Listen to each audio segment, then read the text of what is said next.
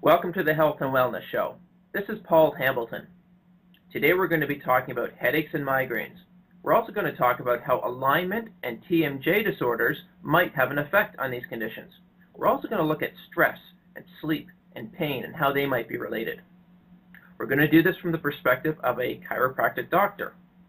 Today we have Dr. Ken Mueller with us. Welcome to the show, Dr. Mueller. Thank you for having me.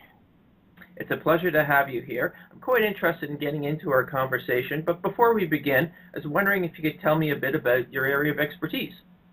Well, as a chiropractor, I work with patients who come in with a wide variety of musculoskeletal complaints.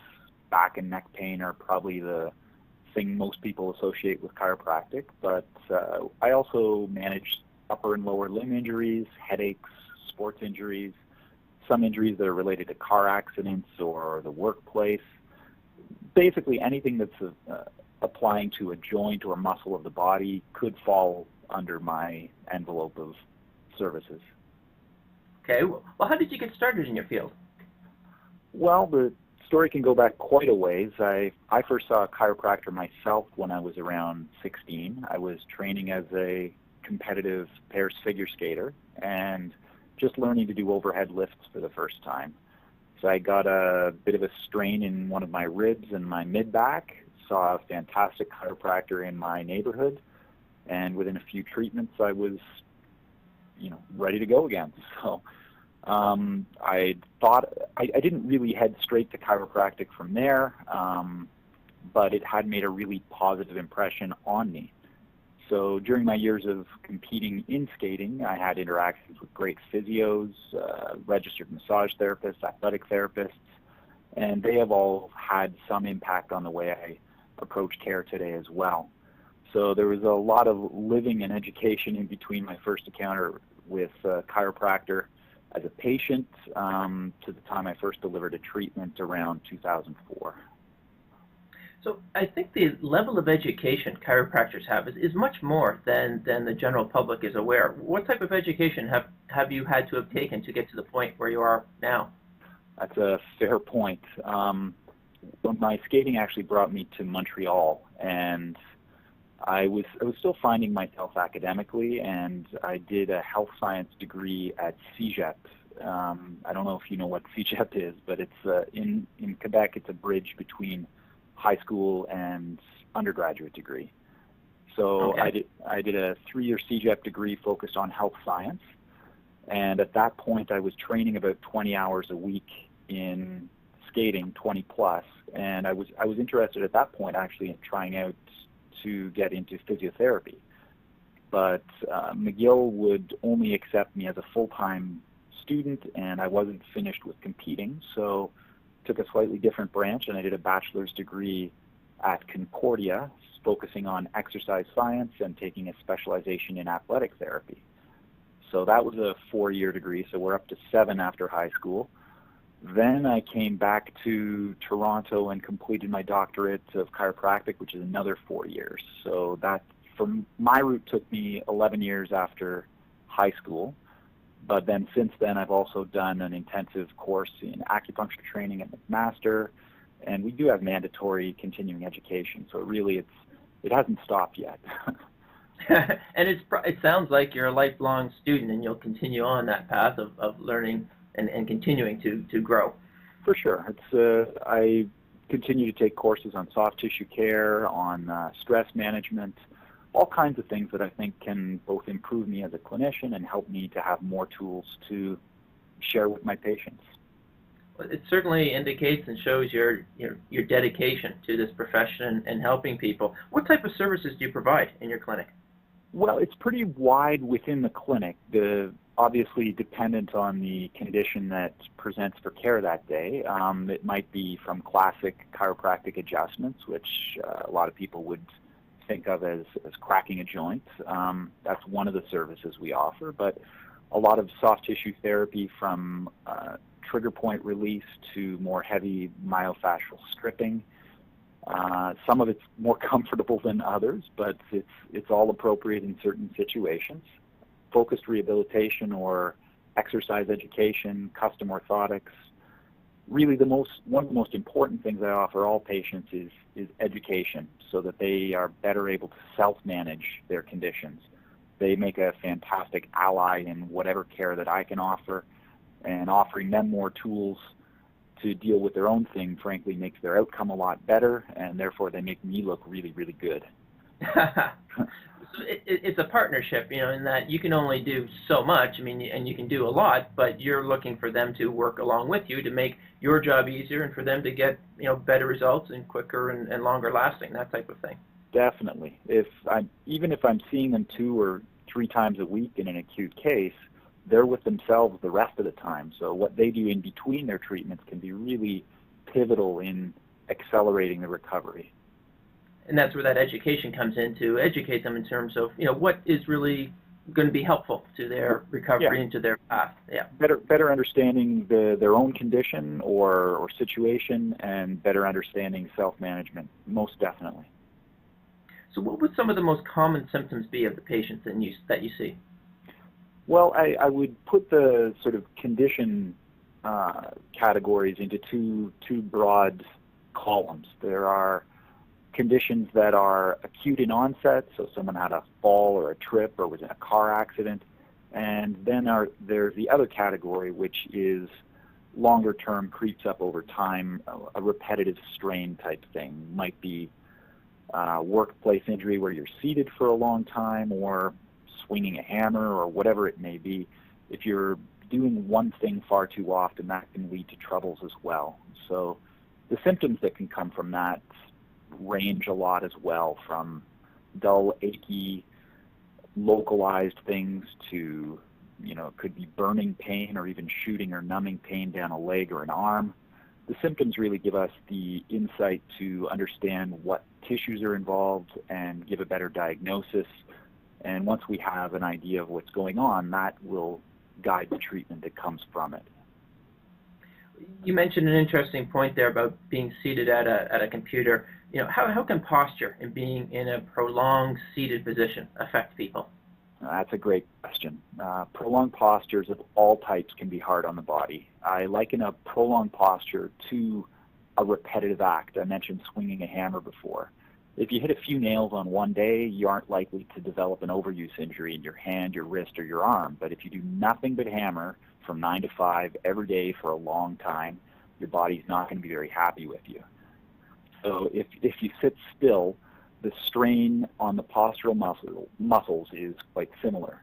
If you can picture someone sitting at a desk in front of their computer and they're a little bit slumped, you'll see their shoulders are rounded and their upper back is rounded, their low back is a little flattened, the head is probably poked out a little bit to the front, the jaw might be jutting forwards a little bit just so that you can keep your eye line parallel to the ground and see your computer screen, as opposed to having...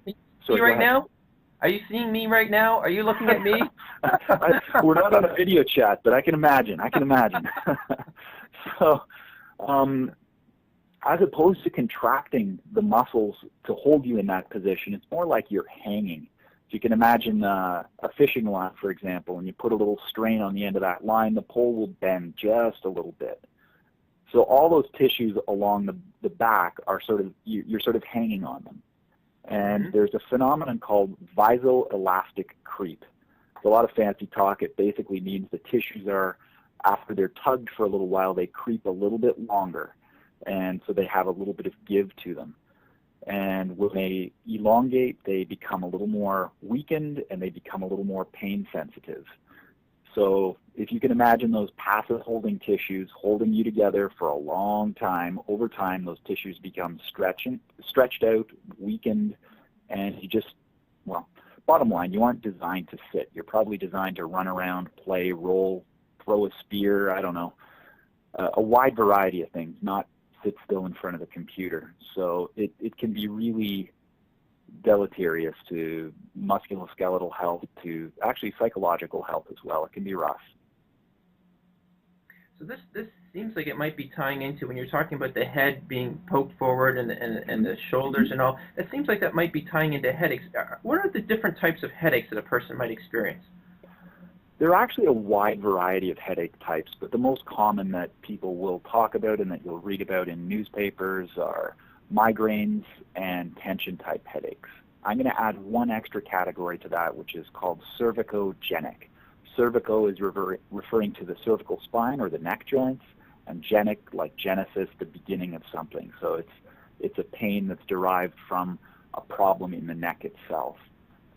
So migraines are usually described as pulsatile or pulsing, like a heartbeat. They're usually on one side of your head, and they often are pretty intense, and they'll present with one of the following: nausea, vomiting, sensitivity to light or sound. Tension type are a little bit different.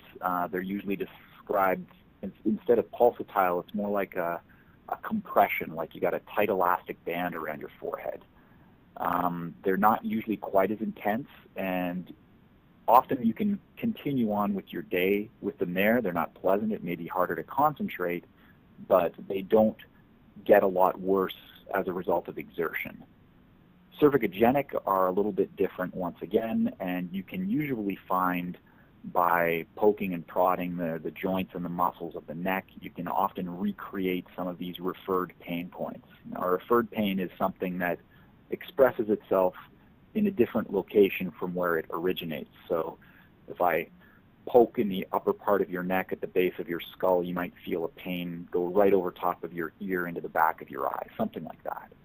So that's a different category once again. Unfortunately, not all headaches decided to read the textbook before they present for care, so there's a little bleeding in and out of one category, and not everything likes to sit pretty in one nice definable space. So in real practice, there's a little bit of a trial and error as we're going through. We do the best we can to narrow down what it is, and at very least eliminate some of the scary stuff that might be there that caused by something that doesn't fall within our scope, and then we obviously have to refer out. So you do your assessment, that's helping you to zero in. Now we talked about posture and headaches. Well, how might the alignment of the spine or the misalignment of the spine play a role in headaches or migraines then? Okay, well, if we go back to postural strain, which is that idea of sitting in one position too long, if the muscles of the back and the neck become deconditioned, so they're weaker and they're out of shape, they're stretched and they're pain sensitive from that prolonged posture, and therefore you're not able to get that nice pain-free ideal function anymore. Now let's go to a different example, a whiplash injury. You've got a sprain or a strain of the ligaments and muscles of the neck.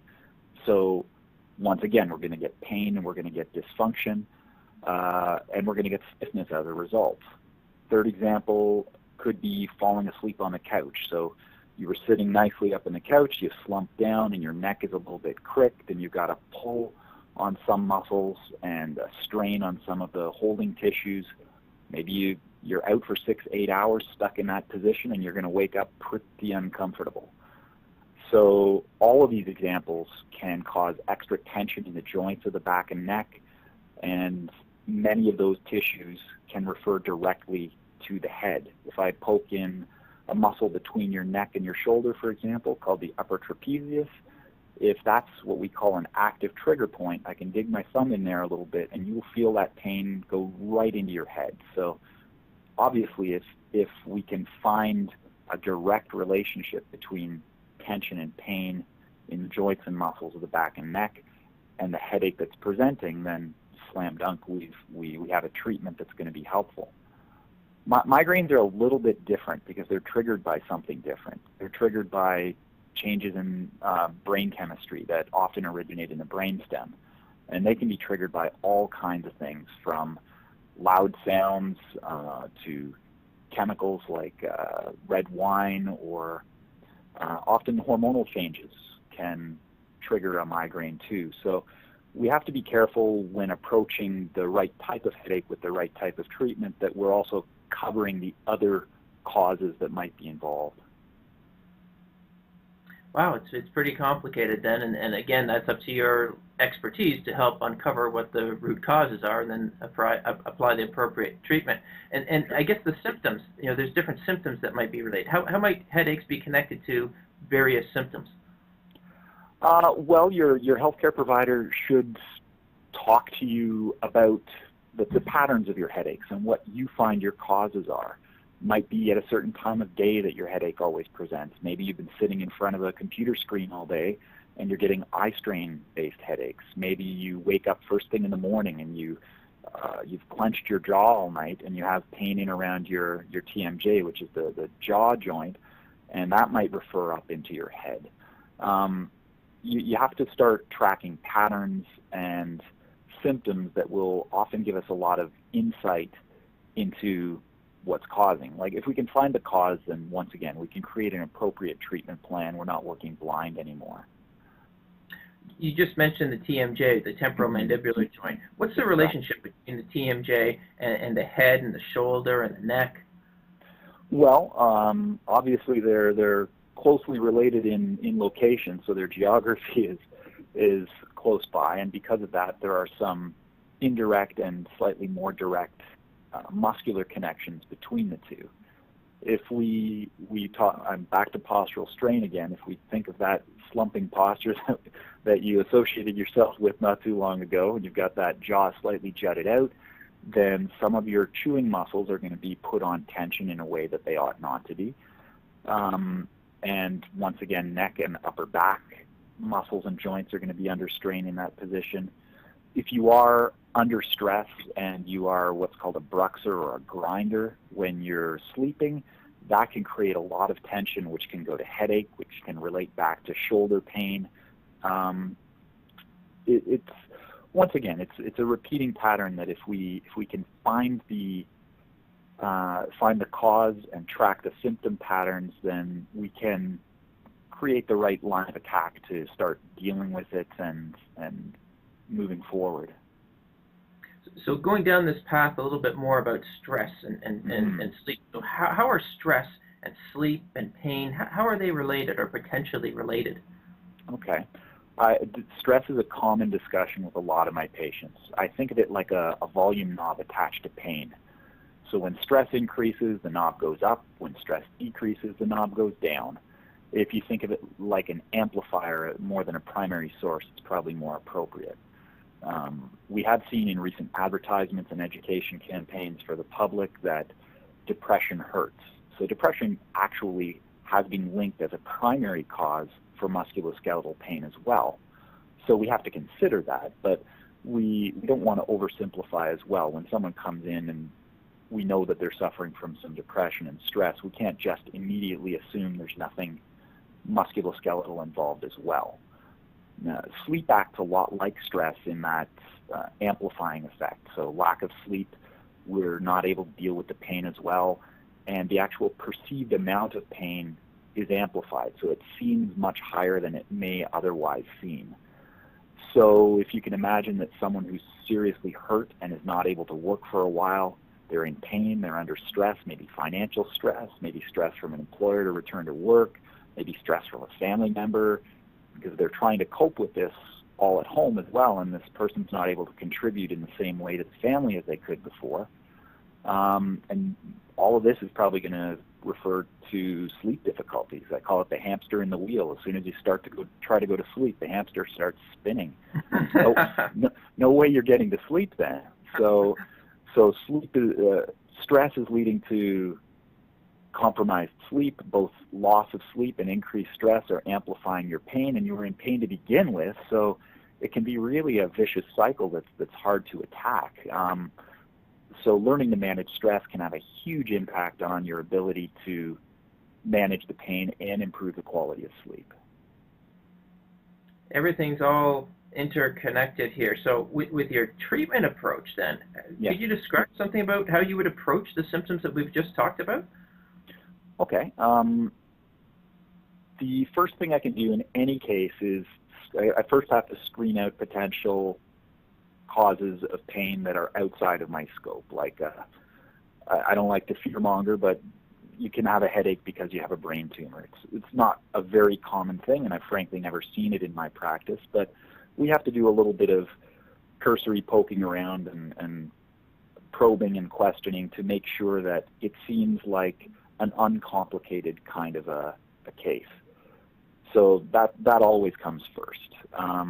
Back, neck, jaw, headache pain that we've been discussing, there's almost always a lifestyle component to consider in that. It might be your workstation or sleep quality, or it might be your sleep setup.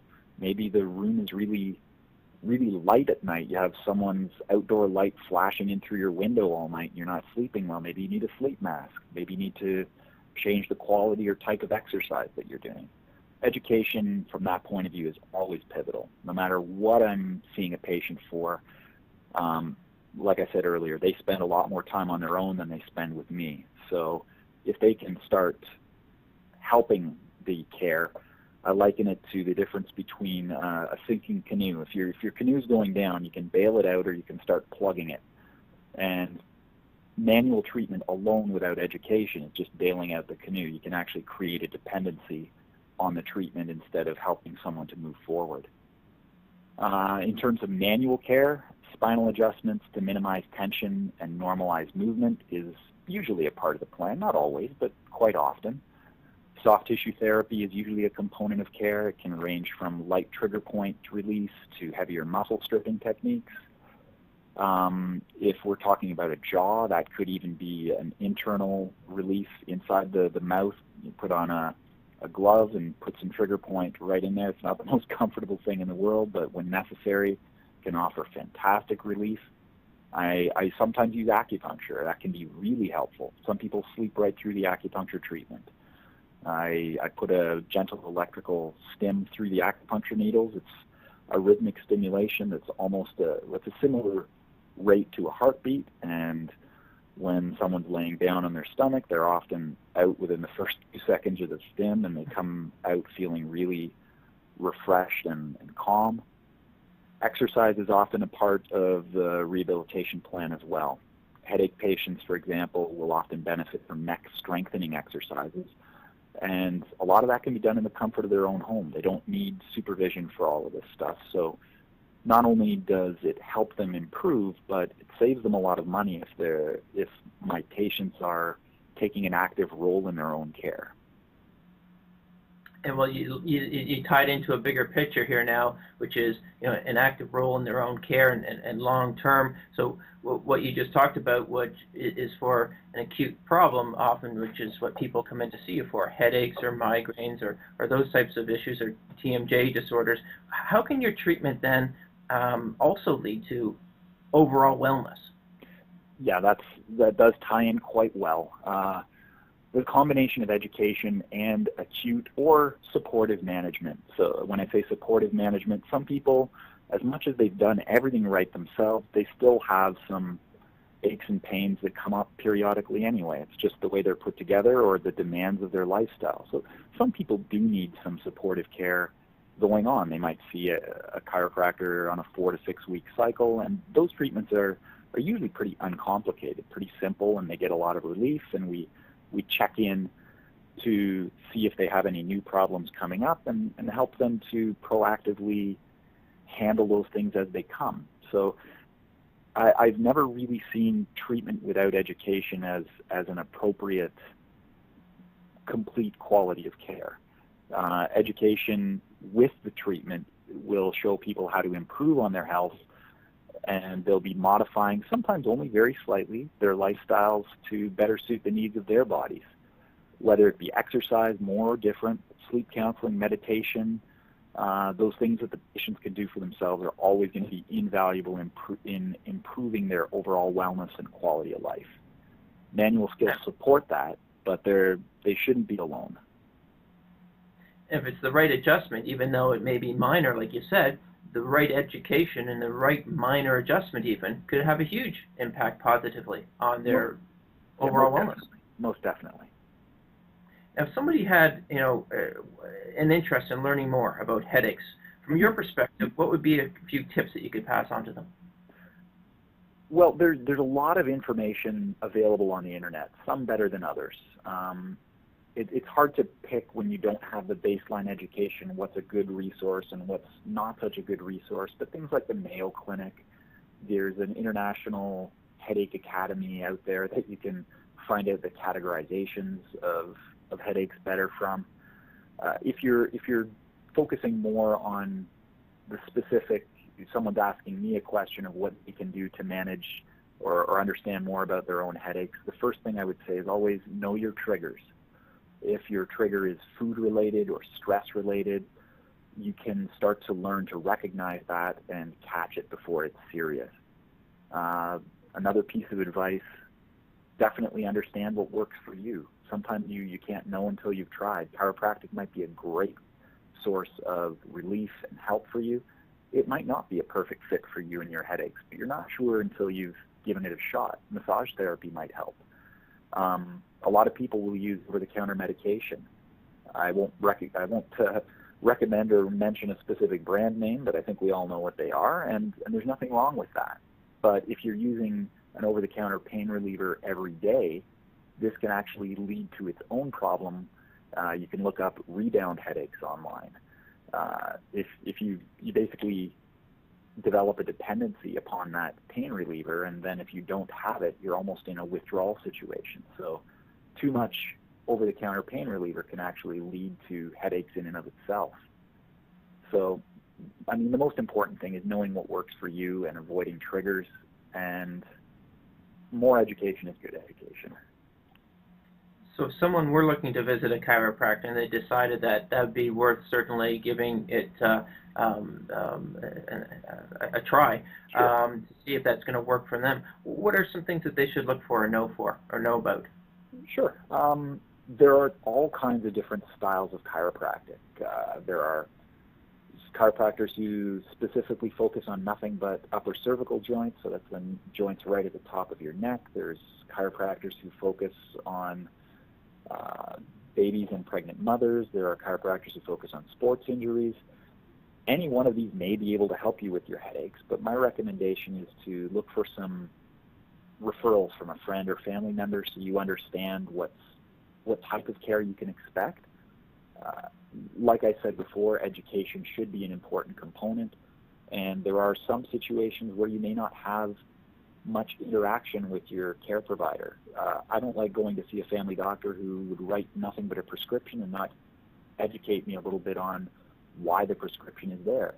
Same thing, I don't want to see a chiropractor who's not going to discuss my care with me and just insist that I be lying face down on the treatment table, take my treatment, and no conversation for you today. I want that interaction. So that for me would be a better quality of care. You can often look up on websites and get a sense of the type of care you're going to get from a chiropractor, and many will respond to emails. So if you want to know a little bit more about them and you're a little bit on the fence, you may be able to email them and ask them a question or two to put your mind at ease. Well, having said that, how can listeners get in contact with you? I'm pretty easy to find. I do have a website. It's my name, so it's www.drkenmueller.com. That's drkenmueller.com. Through that, you can find the locations that I'm available at. My direct email to me, the info@drkenmueller.com, will come directly to me. It's not filtered through a group of other people first, so I do respond to emails regularly. And there's a fair bit of background information on the type of care that's available and basic philosophy of care, what I try to do, my basic treatment approaches on there as well.